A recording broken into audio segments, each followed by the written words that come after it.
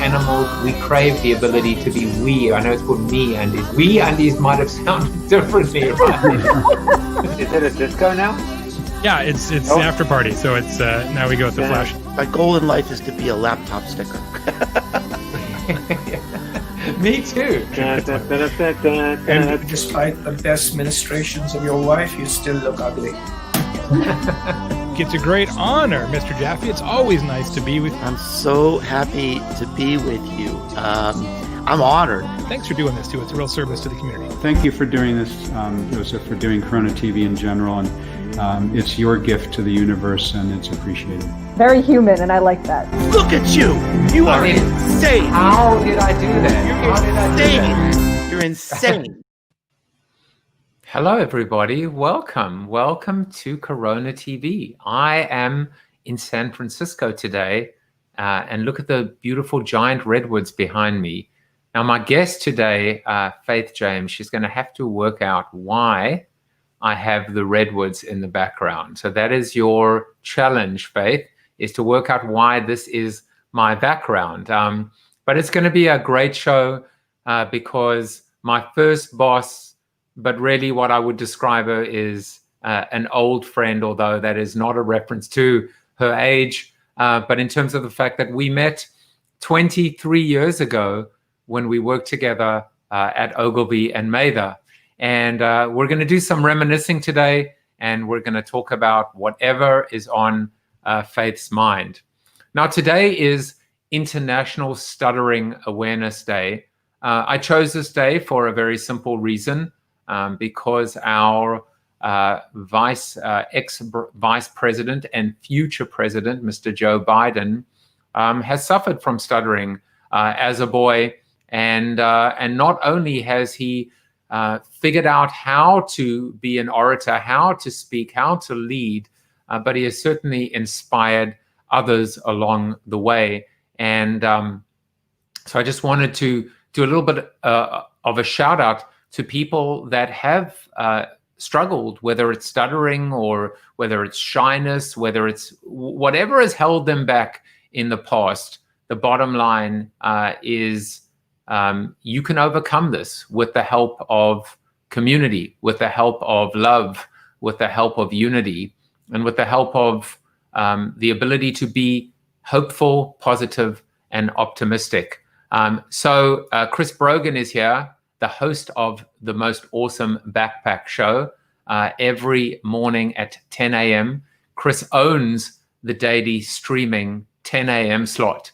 And don't anybody get involved at 10 a.m. because he will take you out.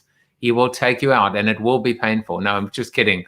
But it's an amazing show.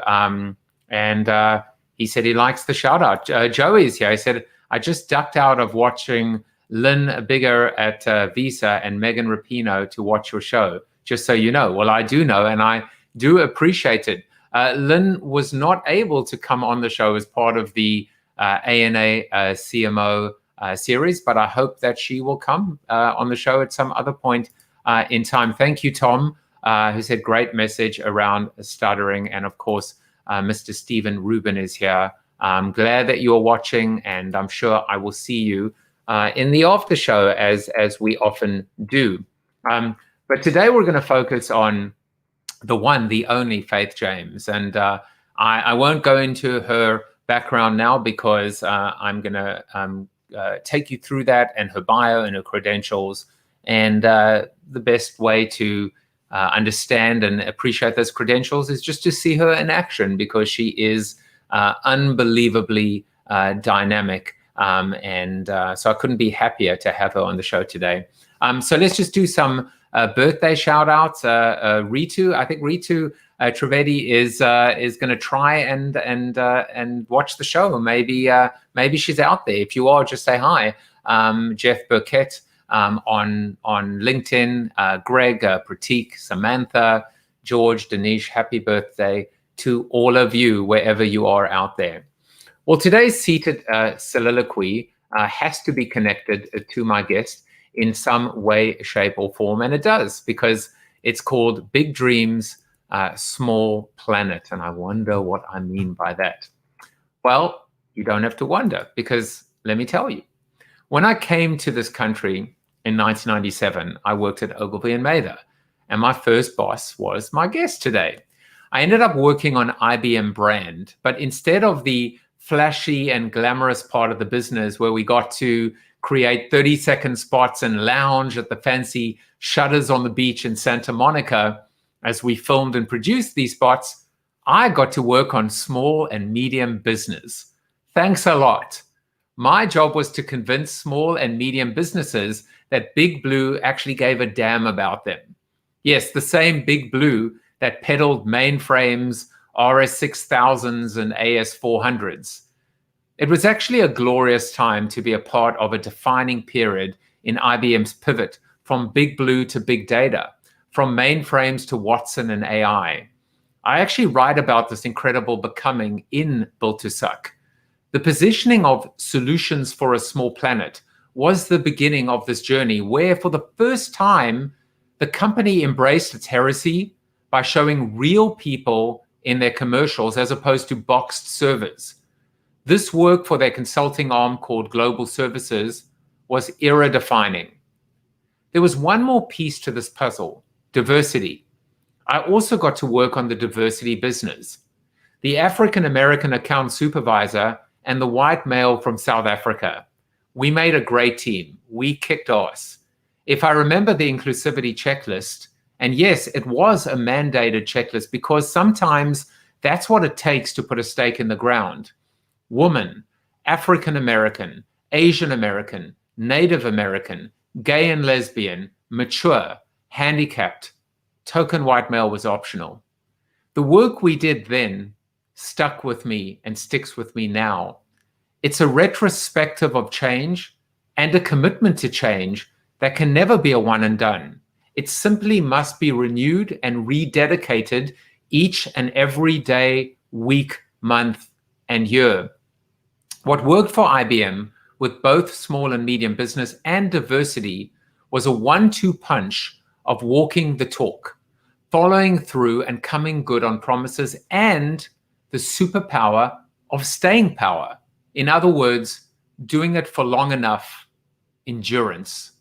Or put differently, the key to success is to suck less. Well, now I get to bring on my guest, Faith James, and give you a little bit of a background. And as always, I'd rather you see her on the screen than me. Faith James is affectionately known as the Queen of Branding, or the Branding Ninja, depending on what side of the street you live. She's an award-winning marketing and branding executive, a published author, and a certified personal branding and social branding strategist.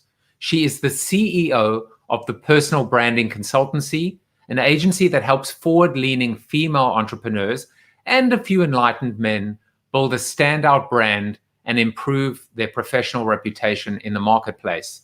She's currently in production with her new podcast called Branding After Dark. And one more thing, the best way to really appreciate Faith is to see her in action. And so I'm going to give you this. I am Faith James of the House Personal Branding Consultancy, the first of my name and child of the King, daughter of Abraham and rightful heir to the kingdom of heaven, goddess of divine downloads, the curator of amped up social media brands, the alchemist of brand identities, the ruler of Branding After Dark, the influencer to the Fortune 500, the unbothered, the breaker of 9-to-5 chains, the Sherpa of the Brand Accelerator online course, and the mother of all powered up brands.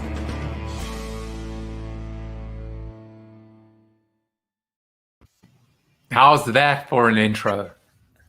I love it. We've just been laughing in the back, like in the green room before. We just took one look at each other. We just started laughing, which is so good. I mean, I told you, I'm so happy to see your face. This is just taking me back to such goodness. And I love that you always say I was your first boss in the States, because I tell you, I take such good pride in that truth, in that knowing. And I definitely want to share with the audience what I saw and why I hired you. Do you remember one of the things that you said to me? Do you remember this phrase, something about at the rock face? Listen, just embarrass me. Just say what you want. Well, I think I think I know what you're going to talk about. Where I basically said, was this the story where I said the first thing I wanted to do was go into the factories or the warehouses and look and see how the AS400s and the PC servers are made and live the brand like I had at Nando's. And you're like, honey, it's just advertising. You don't actually have to go and live the server. That was perfect, though. I mean, just the intensity of your desire is what I saw through. I didn't really look at the details, the resumes, the experience, who knows what, irrelevant to me. What I look for, and I always say this to my people, I look for the attitude, I look for the energy, and you have it in spades. And look at you today with Corona TV. I've been salivating to get on here. Finally, Joseph was like, hey, let's go. And I'm like, yes. I'm here for all of it. So congratulations to you on Corona TV. Thank you for just being a voice for the community, for the world, for the people. You have the good sense to be friend to Biden and her new Madam VP. So I'm here for all of it. Thank you. I have to tell you, and by the way, just a perfect timing. My mom is here, as she always is. So mom is here, and Larissa Lynn Adnet said, I love it, amazing intro. That video is just awesome. I mean, it's just you. And I tell you what, it speaks to why I got into advertising, marketing, communications. I get giddy when I was putting that together. And yes, I produced that myself. So all the credits weren't shown, but I did everything. I just love the creative expression of who you can be from the inside and out, and just to really have such a fun way of presenting, as opposed to doing like a boring, I do this, I do that, here's a litany of stuff. I just thought, what would be a great way that Joseph would appreciate me doing my intro? So that was totally all for you. Of course, and I know you did it yourself because I recognize iMovie, as I do all my video myself too. You know, my intros and everything. Yeah, and I love it. I actually have fun doing it. Yes. You know what I love? It's very geeky. I love it when I can just take an out and just like zoom in and just take the out. And then, but the video looks so good. I'm like, how? There's no like stutter. It's just it work. I don't know how it brings it together. Listen, when you work in the energy of building your brand, I mean, first of all, I love all things Game of Thrones. So I was already there for the beginning of all of those soliloquies. But I literally, this is what I do. And when I was in agency world and I had to present, I remember when I had to present a competitive analysis, I stand in the mirror, just like an actress would, and run the lines, and I present and I run it and I flow. And so it just comes. I mean, that's sort of in that spirit of the pursuit of just doing your best, you know, showing up and doing your best. It's not always going to be perfect, but just really putting in the work. And so that's what I saw in you. I just knew you were going to be that person. And I just love all things Joseph Jaffe. Well, and I love all things Faith James. Pro Event Planners on YouTube said that intro was #everything. Well, you know, it was perfect timing because you spoke about this idea of just being yourself. And so this is the perfect time to actually, you know, show the quote of the episode, which is exactly, you know, as you were saying, be yourself. Everyone else is already taken. Absolutely. So do you know who said that? Say that louder for the people in the back. Be yourself, everyone. I want to say, let me think into it. I know it. Be yourself, everyone else is taken. It's not the Dalai Lama. It's not Gandhi. It's not Mark Twain. Oscar Wilde. No. It is Oscar Wilde. Oh my God, dig me. Yeah. It's a very Oscar Wilde-ish type of statement, don't you think? I felt into it. I'm like, who would say that? Yes.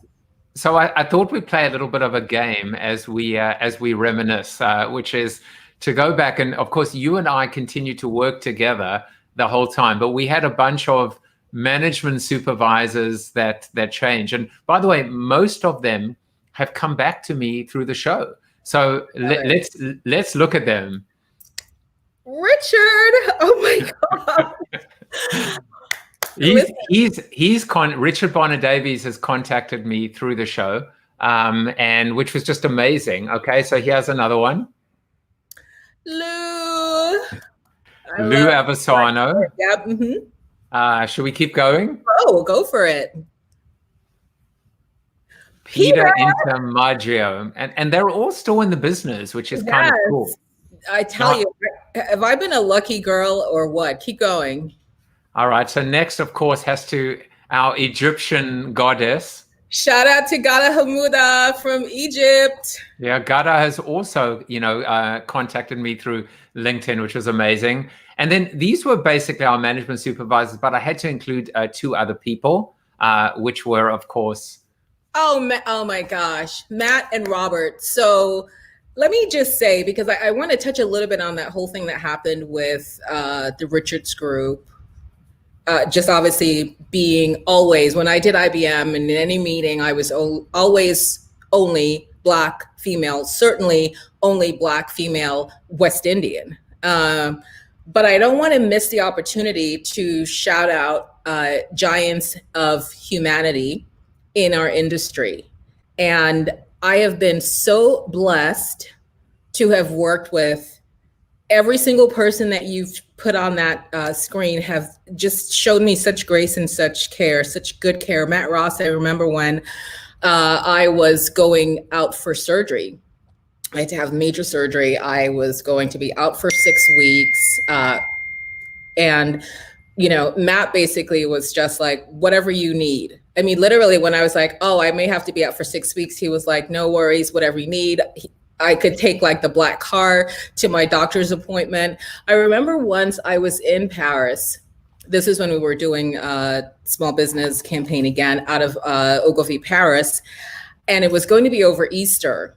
And, I was just like, oh my gosh, I'm not going to come home for Easter. And I was like bemoaning all of the things. And Matt was like, just do whatever you need to do. I'm like, I literally packed for a couple few days. And then the next thing I knew, I'm going to be working at the Paris office. Richard was the one who sent me there, by the way. He's like, do you want to go to Paris? Like, I'm just telling you, these are the people who just supported me and just given me everything I needed to be successful at the agency. So yeah, and God, oh my gosh, I have a picture of us doing tea in London. Just so many. And Lou, when I went to the Paris office, I mean. There are so many. And the funny thing is I was only at Ogilvy for a year and a quarter, from like October 97 to the end of 98. But it made such an impression on me. The people, I remember every person. And I mean, I know this is it's a little bit snarky to say, but it was it was so sad to me how the red carpets that were like so integral, so much inextricably part, have almost become blood-stained carpets of an Ogilvy that doesn't look like the Ogilvy of David Ogilvy and Shelley Lazarus, who was such a fighter as well for equality, inclusivity, diversity, just the whole agency. And then, fast forward, of course, to the Richards Group and that implosion. So the whole business is just, my God. I mean, and people like us are not in the business. I mean, at least some of the giants that we showed on the screen, they're still involved in the business. Still involved, still making a difference. I want to just show, to your point about Shelley Lazarus. So I tell the story. Shelley is, goddess of all things. If I say she's like uber goddess. I mean, her concept of the long hallways, the way she just made you feel like you were really a part of something super important. So when I started with Ogilvy, I was so green in this. I remember my supervisor at the time, shout out to Claire Dietz. Claire, if you're watching on LinkedIn. And I remember it was like Europe, Middle East, and she was saying EMEA. She didn't say Europe, Middle East, and Africa. And I had no clue what in the world she was saying. I wrote AMIA, but I was just such the green account executive. I was just going to figure it out anyway. And I remember doing that. We launched like 7 spots in 7 days. I feel like it could have been like a show. The way it was just intense. We were on the 8th floor in that war room. Bill Hamilton, shout out to Bill Hamilton, in heaven. He was such a giant for me. I mean, I remember once I had to get some confirmation blues from the Wall Street Journal. We were doing it. It was like Saturday, and the ad had to run on Monday. Like, this is how we roll. Like, we had our own, remember, we had our own production studio in the production department at Ogilvy. And I was freaking out because it was Saturday and I had to get to the Upper West Side or wherever Maureen Maguire lived. And I was like, how am I going to get there? And it was time. And Bill saw that I was freaking out downstairs, at Worldwide Plaza. And he just picked up the phone and I heard him say, please take Miss James as directed. He called his black car service to get me to where I needed to be to deliver these confirmation blues so the client could sign. And he didn't have to do that. He's nothing to do with the account executive. He's running all things creative, but such grace, even Rick Boyko. I mean, Wendy North. I mean, I could go on about the people. I would go to Rick Boyko's house with Wendy on weekends and we'd hang with their family and Barbara. And it was just I'm like this black girl from, Jamaica. I'm not besties. I didn't grow up with anybody in Connecticut, but they just opened their heart, their home, their energy, and their love to me in such a way. So Shelley, I remember I was walking with her and a bunch of people were going somewhere and she said, the thing I like about Faith, you can ask her to move a building from 45th Street to 48th Street and somehow she just gets it done. And that just always, I was like, wow, she didn't have to do, I'm nobody compared to Shelley. You know what I'm saying? But do you remember the story though the story of Shelley was an amazing one when she was I think an account executive. And I won't get the story right, but she was in the elevator and who walks in but David Ogilvy. Yeah. And I think that was, and I forget what they said to each other, what the interaction was, but that was a defining moment. So it began all the way then. Absolutely. And not that we're sort of, proponents for workaholicism, but, when you're green and you're getting in and I just knew that opportunity for what it was. And so I literally would say, just throw me in front of the oncoming bus. I will do it. I mean, literally once we slept at the agency for 24 hours because we had this big, massive production we had to go show to Lou Gerstner and the rest of the board. And we just lived for it. We loved it. We were here for all of it. We didn't complain. It was it's so good. I'm like that. I'm like that is such a crock. You're not a workaholic. No one worked me harder in my life. In fact, I'll tell you a story. Do you remember this story? We have this client meeting, and I don't know what it was, a competitive or something like that. And it goes long, and 5 becomes 5:30, becomes 6, becomes 6:30, and I'm getting really anxious and fidgeting and I think at some point someone turns around, maybe it was you, maybe it was, Garda, or, they said, what's going on? What's wrong with you?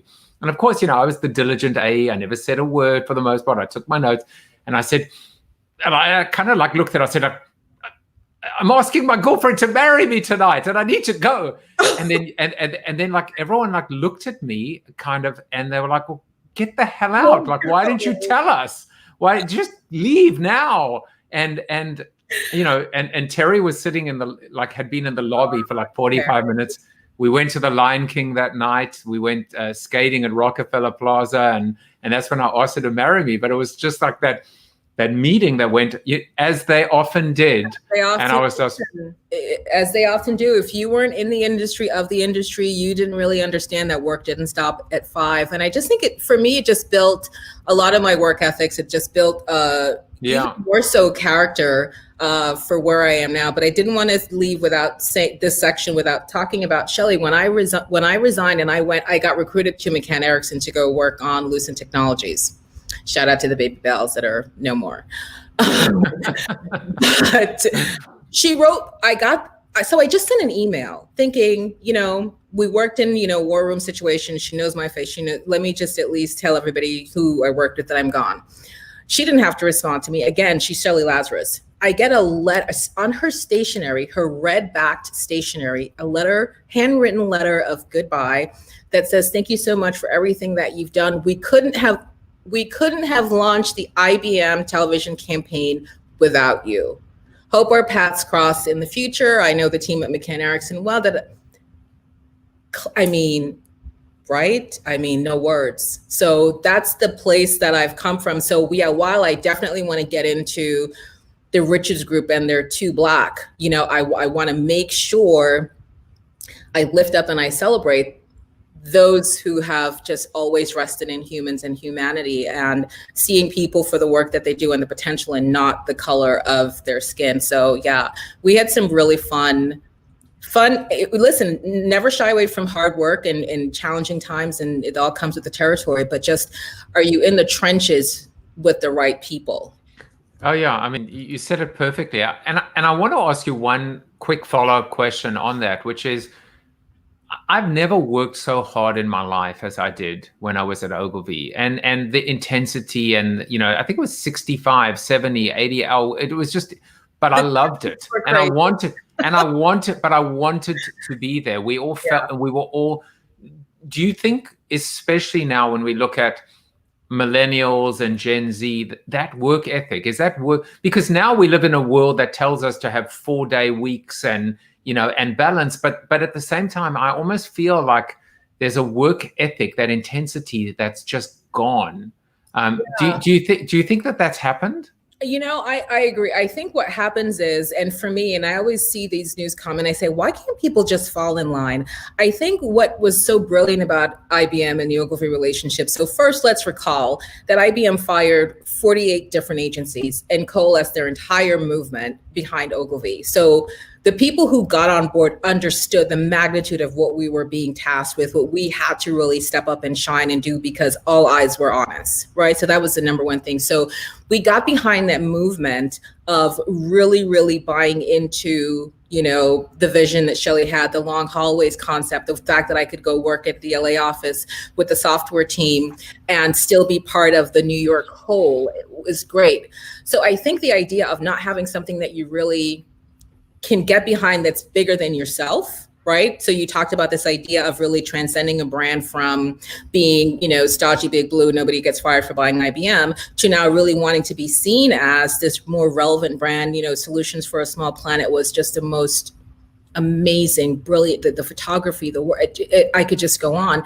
I think now there's a lot more of me, the sort of like me focus. What do I want to do? What am I into? And there's no challenges within that, but I just think that was an era gone in terms of, we got behind our brands because when they were all about a force for good, and we understand, and I loved your conversation last week with Mark Pritchard, where he talked about companies and having the responsibilities to use their superpowers for good. So that if in fact you can get behind a big global multinational brand who's making changes and impacting around the world, if you can be a part of that, to say, I was there when, I remember when, it's massive. So I think there's still opportunities for millennials to do that. It's just, I think it's a little bit more scattershot. I think we've gone to profits over people very quickly with a sort of, damned or be damned kind of attitude. The humanity has gone out of so many things that corporations could really be focusing on. Like I remember saying to myself, where's Benetton when you need a good feel good ad? Yeah, exactly. Well, I think they're hiding in a Nike town, but other than that, I mean, that it's so true. They seem to be the only company that would just, they were just true to themselves. They never wavered, and they just stayed the course. Yeah, it just is like I'm doing some mindset work with this group, and it's just when you just see it just is that for Benetton was, it just is. We are citizens of the world. We are a faceted humanity. It just is, and nothing's good or bad. Black isn't better or good. So that's when sometimes people go, oh, all lives matter. I say, miss me with that hashtag, please, because if you understand what we're saying, it's that we are equal to, not more than, not less than, we matter too. So we're not going to put the two on our hashtags. It's just Black Lives Matter. Just really understand where it's coming from and the energy. But I definitely want to say it is not a universal categorization that anybody who's white and worked at corporate was sort of like, the devil's spawn. There have been so many amazing people that I've had the blessed moments to work with who really impacted who I am and how I've sort of grown up. I tell people I'm a classically trained account executive because of my years at Ogilvy. Yeah, and I remember the AETP, the Account Executive Training Program. It was the last time I ever saw a company really invest in people, even though they knew they probably wouldn't hold on to those people. But the fact is, and it's been interesting, right? Whether it's a Mary Barra at General Motors. I heard about that story from Deborah Wall interviewing her, or Mark Pritchard, or Shelley Lazarus. The lifers are the people that end up running the company, and it's just as simple as that. Yeah. And of course, if you can find the right lifer and protect them and nurture them and fast track them, even better. So Mary says, awesome, and Larissa Lynn Adnan says, this is incredible, such valuable information. Of course, they're talking about you, Faith. So Faith, brilliant tagline, by the way. It just is. It just is. You know, it's the antidote to it is what it is. It just is. It just is. That's the new Benetton tagline. I love it. I absolutely love it. By the way, before we move on, it was O and IBM. Remember, it was Ogilvy and IBM. Yeah. So oh my gosh! I just thought I would show you two more faces. One I've connected with, and actually, and he subscribed to the show. And the other, I have no idea, but I just connected with her today to see if she's watching. Do you remember these two? These are on the client side. Oh my gosh! Is that no, it's not Vincent. Who is that on the left? Vincent Mallet. Vincent Mallet. Oh my gosh! Oh, listen, Adriano and Vincent. We were at Adriano's wedding in Italy. We're gonna meet. We're gonna go for dinner or lunch maybe next week. Oh, I love it. I love it. I love it. And then on the right was the big boss, Miriam Briggs, who I haven't had contact with, but, you know, I just send her a LinkedIn note. Oh, my gosh. Yeah, absolutely. So many. Brian Featherston, have you been in touch with Brian? I mean, he did such good stuff. Steve Hayden. I know. It's amazing. I got one more person. It's just, I have to just ask you this on the air. Whatever happened to Anthony Bozzetta? Because I don't know what happened to him, because you not know? No. He died. Oh, he passed away. He had a double heart attack, and he and I continued on for many, many years after working together. He had moved on to, I think, HP, and maybe he was in San Francisco, but yeah. I've looked for him. I've always, every year or two I searched for him, because we were really day to day, we interacted. So this is fitting then. Yeah. The redwoods behind me is a tribute to Anthony.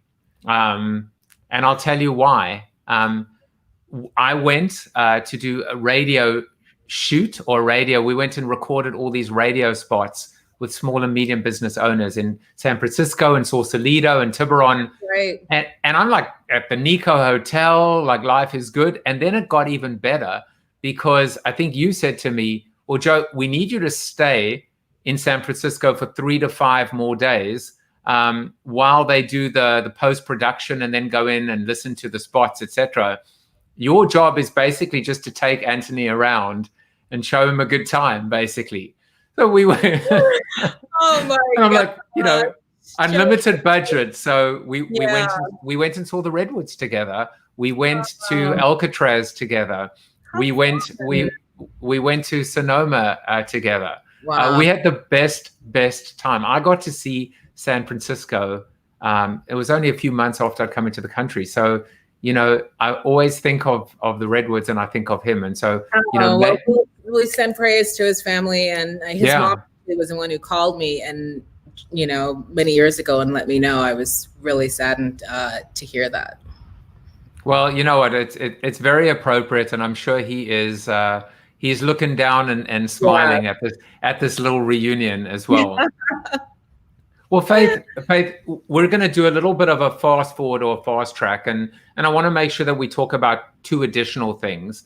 The one thing is to talk about, clearly what's on your mind at the moment, which is really the state of affairs in this country. The way you wrote it: Blacks, women, COVID-19, and small business. But I think just before we get there, and I have to say, like, I've looked at your career and your trajectory, and I've been so proud to see you, become an author, join the author speaker, personal branding revolution. And I just wanted to give you an opportunity to talk a little bit about that journey and what you do professionally and why you do it. And then the only follow-up question is, how do I increase my Instagram followers? Because I'm stuck at 4,500 and you are sitting at 12 or 15,000. I might need a bit of personal branding help. Faith. Hey, we're here to help. We're here from the Personal Branding Consultancy, and we're here to help.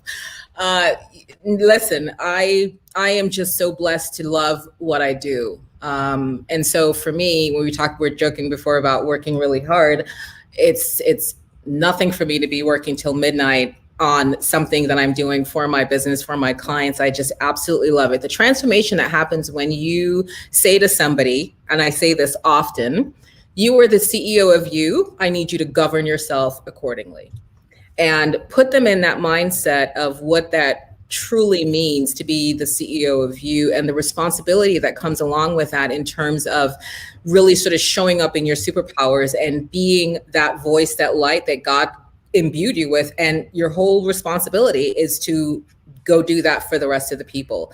So for me, I'll tell you, when I decided, it kind of sort of decided for me, I was always thinking about at some point, I remember Steve Hayden said this to me. He's like, Faith, because this is when they were saying, we need you to move to the LA office. And again, I was like, I love Brooklyn. I want to stay in Brooklyn. And he said, if you do this, if you go move to LA and work on the software team with Claire and all the rest of the peeps, he's like, you can write your ticket anywhere after that.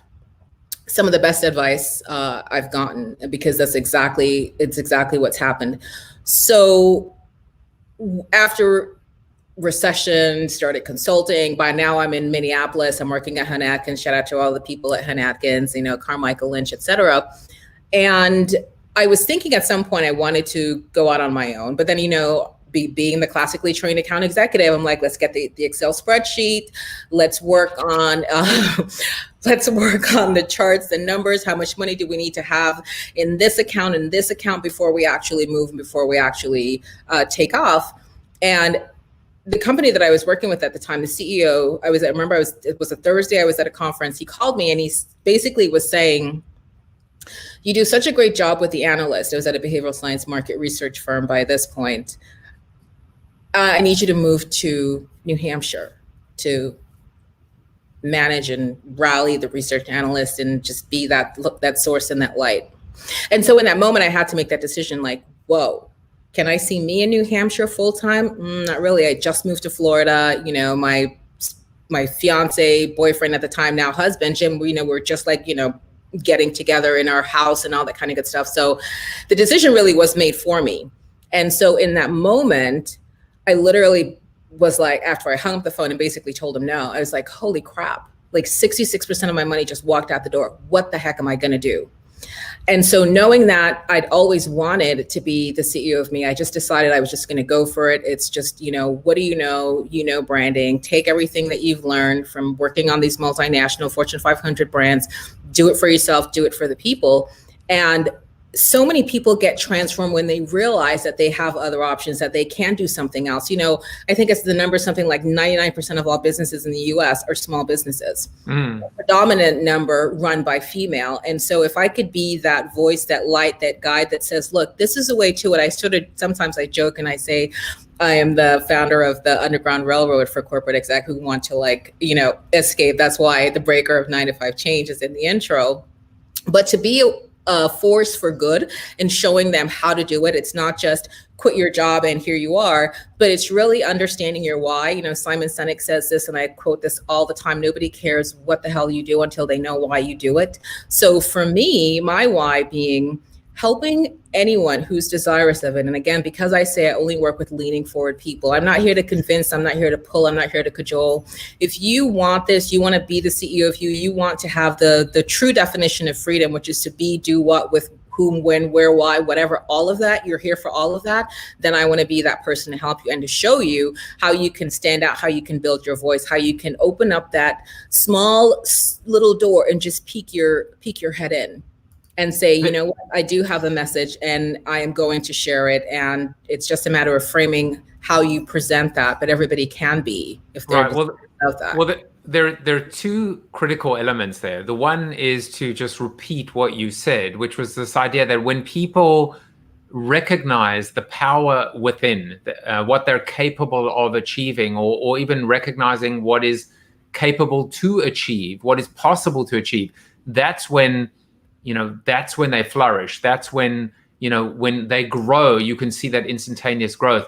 But the other part of it is this essence of personal branding, which I feel has almost been owned, been claimed by social media. And it almost needs to be reclaimed by the classicists, by classic marketing that says, this isn't just for people with a large Twitter account or a big mouth, or someone that rages on the world.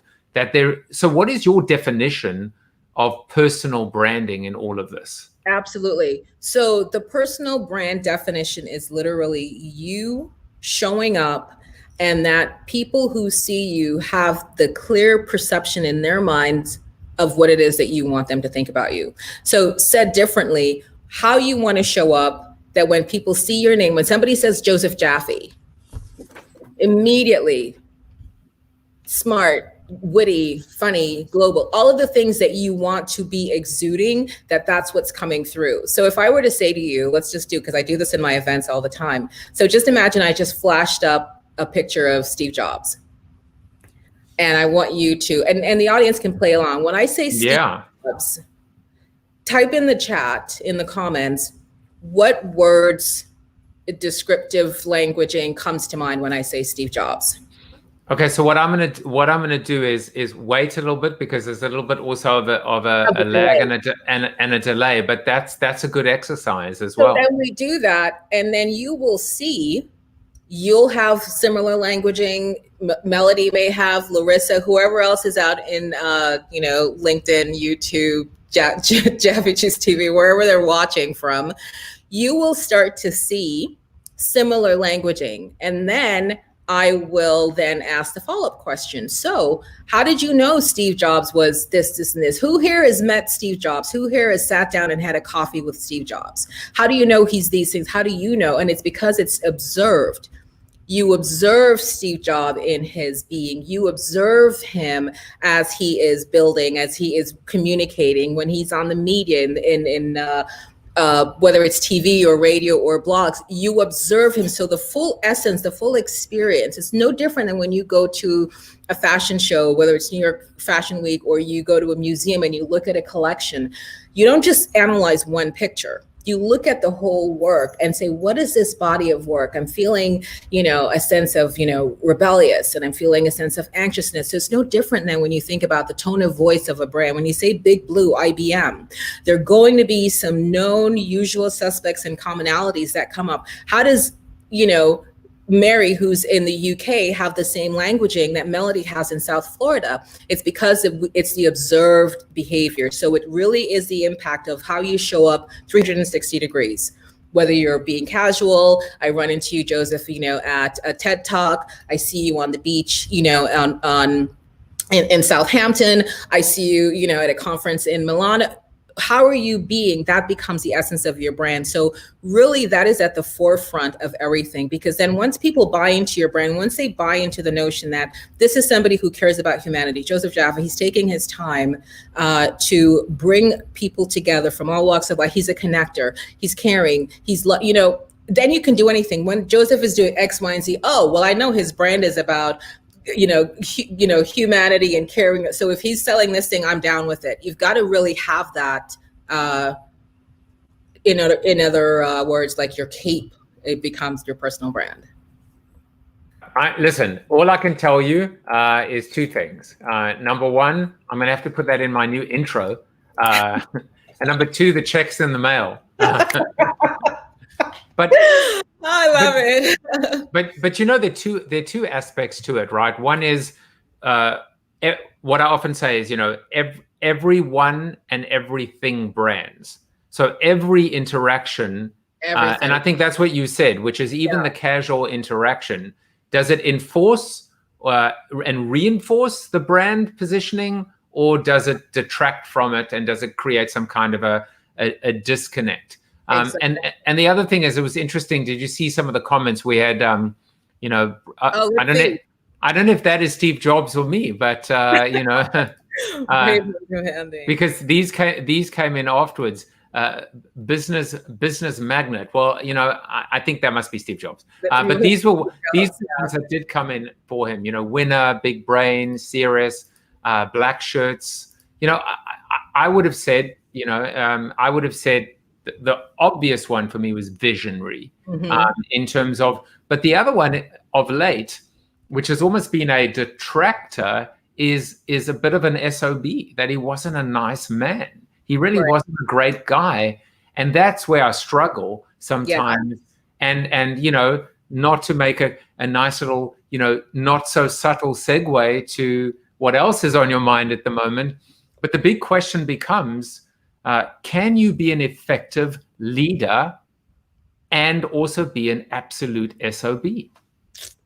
Gosh, that's a tough one. And I've had the great joy of having, again, because it just is, of experiencing both. So when you say, can you be a great leader? Yes, the idea of this is the vision, this is what we're doing, but great defined as having people care from the heart. So you'll have people who show up, they'll do the 9 to 5, the 9 to 7, they'll do it with the spirit of excellence, but they won't want to, like when we were just talking about, we wanted to be at Ogilvy. We didn't care if we slept on the conference room carpet.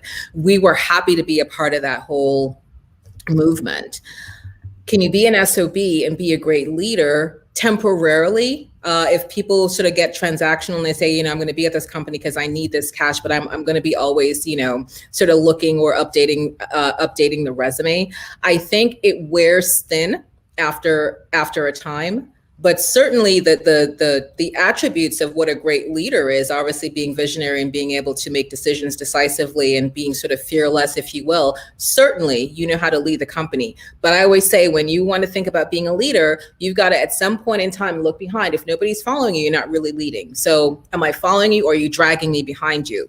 We're still forward movement, but the energy is different. It's a beautiful, beautiful answer, even though my wife has been saying to me, Joe, you say the word beautiful too often on the show, but this was a time where it was really required. I loved how you said define great, right? I said, can you be a great leader? You said, well, define great. What is great? Is great shareholder return? Right. Because it seems that the world is moving in a slightly different direction right now that says, this was the whole theme of the ANA, force for good, force for growth.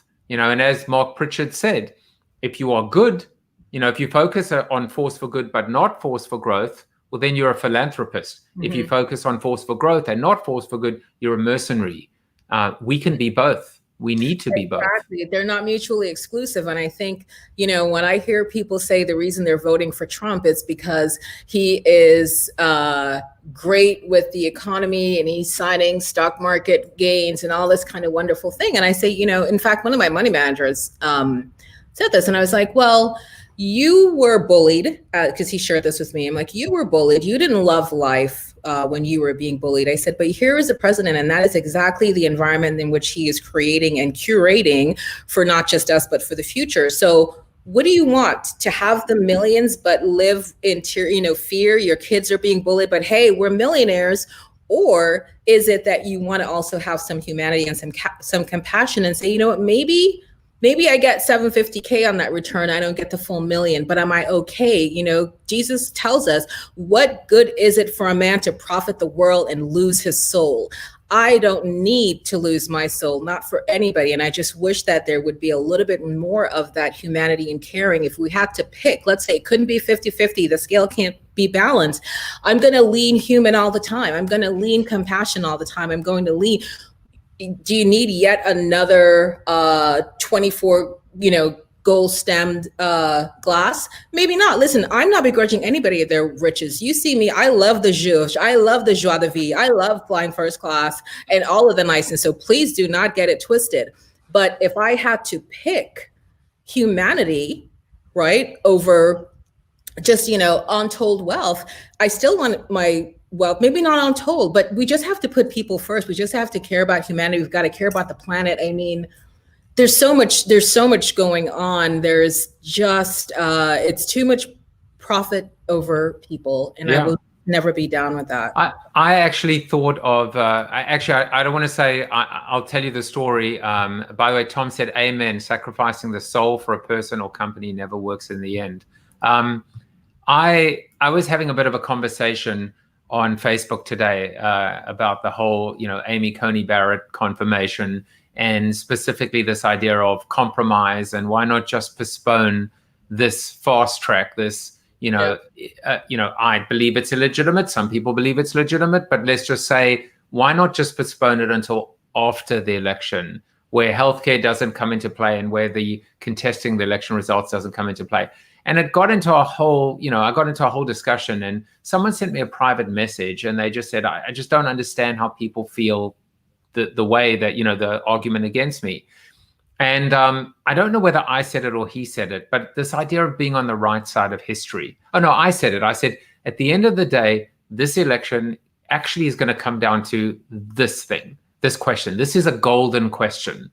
And the golden question is, will you be, when all is said and done, on the right side of history? And he said, and this was the most amazing thing. I said, this was brilliant. I got to bring it up in the show.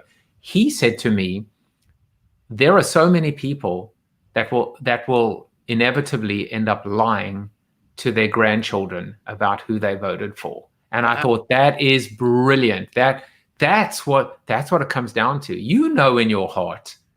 Yeah. You know in your heart what the right side is. You know it. But this idea that in decades to come, people will actually end up lying to their children, their grandchildren, because they can't actually face them. And I thought, well, if you even think that there is the possibility, well, then that's going to inform your decision right now. Oh, absolutely. I love that you said this idea about, coming down on the side of being right. And I think that so many people let me not over dramatize it. Some people have difficulties with changing the point of view.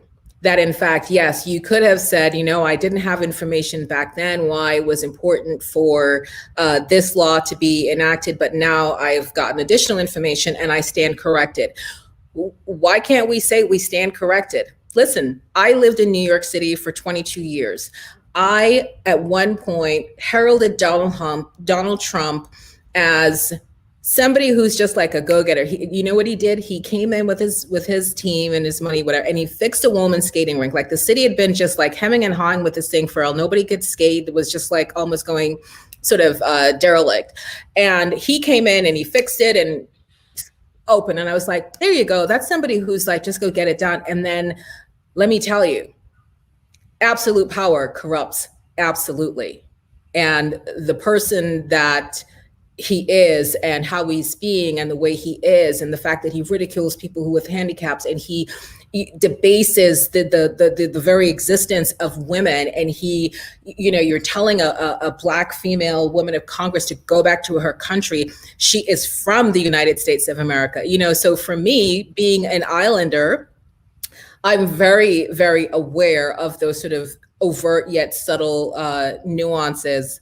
And it's not a good place to be. It's not a decent thing to go. And I even said to some of my friends, I said, if somebody's going to vote for Trump, I really want to hear what I'm missing, because I sort of put it back on I said, I must be missing something. Help me get it, because I don't see how you can have a man who says, oh, I just grab him by the pussy and you're all set. You're all good with that. Like, you're going to have your young daughter, your niece. So it's good for other people, but not for I would never have them do that. So it's good for other women. So it's like each man for himself. And I just get so amped up about this whole thing. You're calling Kamala a monster. A monster. Well, you know what? Look, I'm gonna have to break a few rules with you. Because you just broke a rule by first mention of the word pussy on with apologies to Mum. As I said, anything goes. Anything goes on Corona TV. I know. I apologize. Okay, I want to say two things. One, the rule I'm breaking is that I might have to go a little. You are probably going to set a record for the longest interview, because I can't just like end it straight away. But first of all, so Miss Huey Lipton, you have to come on the show. I know. I mean, talk about one of the smartest people that. So Jan saying vagina would be okay. I'm not sure if he's actually scolding you or if he's just joking with you, or Kitty, or no, I think they're joking with us. I want to bring it back to marketing for a second, because I saw an absolutely brilliant piece of video. It's like full circle, right? We spoke about people. We spoke about the power of people. We spoke about leadership. We spoke about, TV, the power of film. This is maybe one of the most powerful pieces of video that I've seen that the Lincoln Project just put out. And I think it speaks to what to me is, game, set, and match. This is the stake through the heart in terms of trying to win over, or attempting to win over, woman, white woman, woman of color, woman in the suburbs, and quite frankly, men with a heart too. So I'm just going to play that. Imagine a young girl looking in the mirror, searching for role models in the world to give her hope that one day she too can make a difference. Now imagine how she feels when she watches women being verbally attacked. What a stupid question that is. What a stupid question. But I watch you a lot. You ask a lot of stupid questions. Maligned.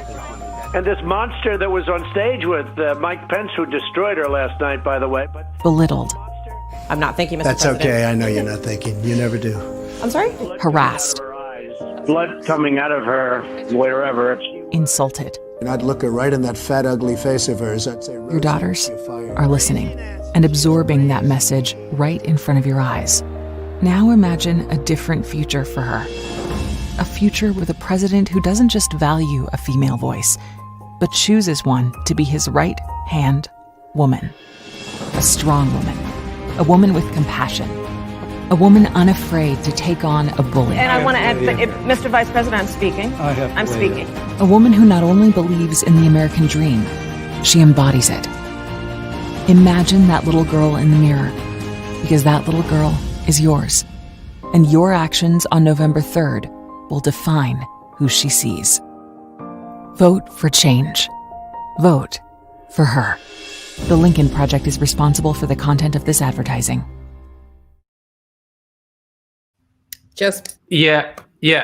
But I'm speaking. As my wife said, she can't help but actually hear Maya Rudolph now in SNL. But I'm speaking. No, I mean, look, brilliant. Brilliant. And look, if I was the DNC right now, all I would do is I would put every single penny into making sure that just saw the light of day. Yeah. Because at the end of the day, this is about, when we say this is looking forward to being on the right side of history. It's a crazy thing where past, present, and future all come together in just the ability to vote. Yeah. I just, everybody within the sound of our voices, please go and vote. It's that critical. Just go vote. It is just go vote. Please watch that video. You have no questions. Go vote. Yeah, and look, I will say something which is a little bit heretical as well, which is this almost became a PSA episode. But my message is if you are going to stick with that vote, and to your children and to your grandchildren, you will proudly tell them that you voted for the other guy. Go for it. Vote for him. Yeah. But if you have any doubt in your mind, then you know what to do. Follow your heart. Follow your heart. Lead. Absolutely. Heart. Love it. Thank you for that, Joseph. That was brilliant. I'm glad you took the time. No, I wanted to share it, and a lot of people are obviously just saying the same thing. I can show everyone there. All right, Faith. Oh, fantastic. Parting is such sweet sorrow, but there is good news for everybody that there is a tomorrow. And it rhymed. We are going to hang out for a little bit more in the Zoom after show. So if you're watching right now and you want to continue listening to the brilliance of Faith, then all you got to do is type in bit.ly/CoronaTV aftershow into your browser. Faith, what remains now is the ability to tell people how brilliant you really are by plugging as much as we can about you. So I'm just going to go on a plugging tour de force. Faith wrote a book called Ladies Power Up Your Brand, the Woman Entrepreneur's Guide to Getting Paid to Be Bold, Brilliant, and Unapologetically You. And I will make sure that I post links in the comments shortly. Faith has a brand accelerator online course. I'm going to actually show all of this, let you talk about it. And then I'm also, and then I have something for you as well, Faith. She also has the 6-week social branding bootcamp. And again, I'm going to put all the links in the show notes. But Faith, here's what I'm going to give you today is I discovered this. It's a company called Linktree. And you need a Linktree. So you better go. I actually use Shorby, which okay, good. Similar. Yeah. Good, because I just registered Faith. So I am now Linktree.com/Faith James. You're going to pass it over to me. This is how I get my Instagram up to 12. No, but I mean, you're doing some amazing things. So what I would love you to do is just take the time to talk a little bit about some of the things that I flashed. Yeah. And while you're doing that, I will put you on full screen and I will paste all of the links in the comments. Brilliant, brilliant, brilliant. So October actually is coming up on our 1-year anniversary of the publication of Ladies Power Up Your Brand. My co-author, Stacey Greco, and I. Stacey also hails from AdWorld. We worked together in Minneapolis at Carmichael Lynch. And we love all things women. Anything having to do with empowering women is just, we're at the front of the line. So this book is a culmination of our years of working together at various advertising agencies. If you didn't like the P word, it's in the book in a different context of a time that Stacey had an experience where a boss was basically, using that sort of language as a motivator for doing good ad work. So it's a little bit of a tea, dishing. We don't go too far with it, but we certainly share some stories that we've learned along the way, and certainly how to show up powerfully. I remember, I don't know if I told you this, Joseph, that back in Ogilvy when we were doing diversity work, and I remember I was looking at an ad for, I believe it was a router, and I made the comment to the creative director and basically said, why does the Black woman need to be looking like she's in a crack house where the paints are peeling off the wall, and the white woman is in this beautiful, pristine loft area about to start her business? And suffice it to say, at the end of that, he was hollering and jumping, I don't have time for your diversity issues. So wow. It's interesting that now times have changed. How now, brown cow? Right. Shout out to HEB and Home Depot and the others for just putting your money where your mouth is. So the book is for women and for enlightened men. You can get a copy. It gives you everything you need to learn in terms of the reference point of how to build your brand. Joseph asked the question before, what is the brand? It's the foundational elements. It's to be able to articulate the reasons why you're doing what it is that you're trying to do. What is your vision for the world? What are you trying to accomplish? Why are you doing this thing? And then it goes into the markers of your vision statement, your mission, your values, your goal. It just sort of walks you through. So that's the book. The online course, which I'm so excited about, it's called the Brand Accelerator Online Course and Accountability Program. One thing I know, is that the people need support and guidance. There's so many things, different things coming at us. You get sort of stop, start. Joseph, how long does it take to pop a bag of popcorn? About 3 minutes. 3 minutes. Now, would you suffice or imagine if I put the bag of popcorn in and I let it go for 2 seconds and then I opened it? And then I did another 10 seconds and another minute. Subsequently, 3 minutes, would that bag of popcorn be popped? No, it wouldn't. No, it wouldn't. Why? Because the directions are 3 minutes of continuous, consistent heat applied. So consistency in doing the brand work is critical. The Accelerator program helps you understand how to do that. I'm there with you live. We're doing coaching. You've got me as your coach. Get the information there. The social branding bootcamp is exactly what Joseph was talking about. How to build your brand. Switch to the engaging point. Joseph, I didn't tell you this. A casting director reached out to me in my email, said, hey, I saw you on Instagram. We're doing a new show. We're looking for a business consultant to be on the show. It's basically like Project Runway, but for business. They're looking for a business consultant to be on the show to give ideas and strategies and the like. She's like, I saw you on Instagram. Of all the business coaches, of all the people doing any kind of business on the world, you get that message because your brand is built. I say build a stay ready brand so you never have to get ready. So that's what we do in the 6-week social branding bootcamp. It's Facebook, it's LinkedIn, it's Instagram, all of it. Loads, lots. Yes, I'm super busy, still the workaholic, still loving it. And I have, what else can I show you? Oh, two more things to just share with people, which is, where did I find it? There was you have a YouTube channel. I pasted that link as well in the comment thread. And also join the Savvy Branders Tribe group on Facebook. I put that there as well. Yes. Lots of tribe members. People are having good. I say every Thursday we hang around the campfire, do an hour of free brand training on topics. Today we're talking about social branding. So it's just a good place to be, just to sort of see where you are, where you need to go, how to build a brand so that when people say your name, they know exactly what they're going to get. They're looking for you. I'll leave you with this, Joseph. I'm speaking really quickly because I have no understanding of the time of the show. I'm just so happy to be with you. I'm going to get canceled. My producers are giving me the hook right now. Oh, wait a second. I'm the producer. Oh, that's right. You're the producer. Oh my gosh.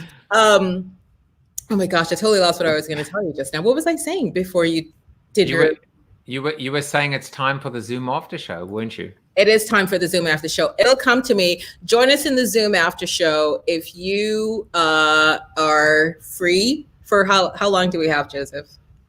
There's Mark Lewis. Oh my gosh! Well, Mark's coming to the Zoom after show as well. But yeah, just come and join us and hang out. And Faith, I have to tell you, you've really earned this. What all my great guests always crave for on this show. It is to be. You are Chuck Norris approved. There you go. All right. Bye, everyone. I'll see you tomorrow with Lisa Bedell. And for some of you, we'll see you in the Zoom after show. Take care, everyone. Bye-bye. Thank you for watching Corona TV with your host, multiple author and global keynote speaker, Joseph Jaffe. Corona TV is the show about hope, positivity, optimism, and if there's time left over, a little bit of marketing. The after show on Zoom starts right now at bit.ly/Corona TV After Show. If you like the show, tell a friend or two. Please subscribe to the show at CoronaTV.show. And if you want to get inside news, previews of upcoming guests, and much more, text Corona TV to 66866 or visit josephjaffe.com/subscribe to sign up for the show's newsletter. And despite the best ministrations of your wife, you still look ugly.